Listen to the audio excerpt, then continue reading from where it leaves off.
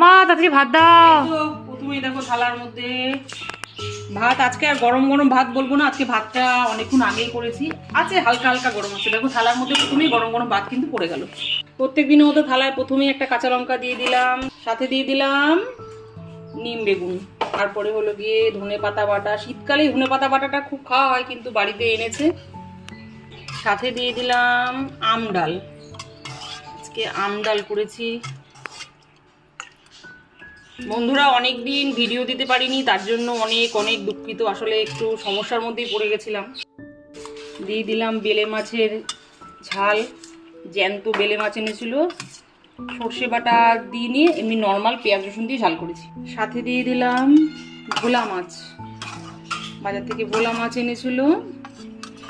ভোলা মাছটাকে আজকে এভাবে ধনে পাতা টমেটো দিয়ে এরকম ঝাল করেছি। সাথে দিয়ে দিলাম চিকেন। আজকে চিকেন কষা করব না, মানে আজকে চিকেন কষা বলবো না, আজকে চিকেন আলু দিয়ে ঝোল ঝোল মতো করেছি। শেষ পাতে দিয়ে দিলাম দই, সাথে দিয়ে দিলাম মিষ্টি।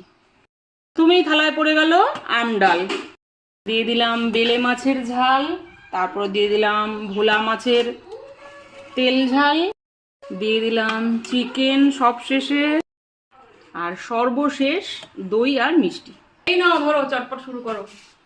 আজকে অনেক ধরনের আইটেম। বন্ধুরা আজকে অনেক দিন পর ভিডিও দিলাম, তার জন্য দুঃখিত, অসুবিধার জন্য দিতে পারিনি। আসলে আমরা অন্য জায়গায় শিফট করেছি, যাই হোক এখন ভিডিও কিন্তু পরপর আসবে। নাও শুরু করো, স্টার্ট করো।